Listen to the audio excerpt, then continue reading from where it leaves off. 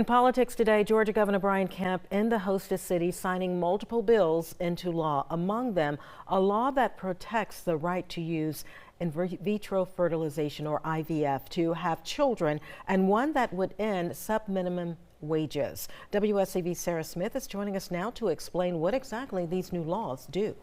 Well, Governor Kemp campaigned on quality health care for Georgians, and he says that was delivered today through 6 bills, now laws.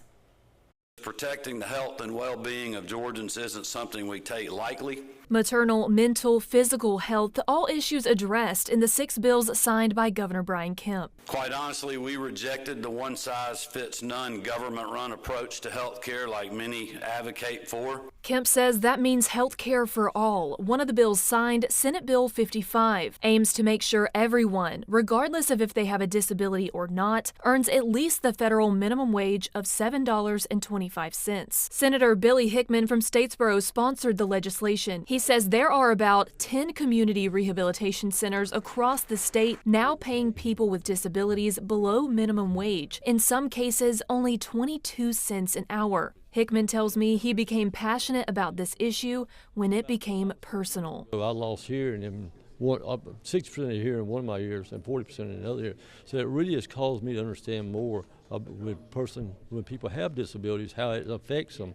Another bill with personal ties to many, House Bill 428. Sponsored by Representative Layman Franklin, it provides more access to in vitro fertilization procedures.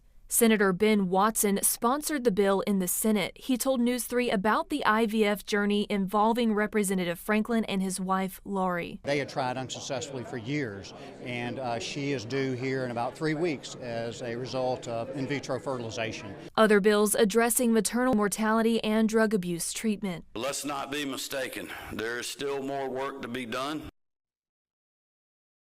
Kemp also signed 17 local legislative bills for communities from Tybee Island to Long and Bryan County. Visit our website for a full breakdown of those bills. Sarah Smith, WSAV News 3, on your side.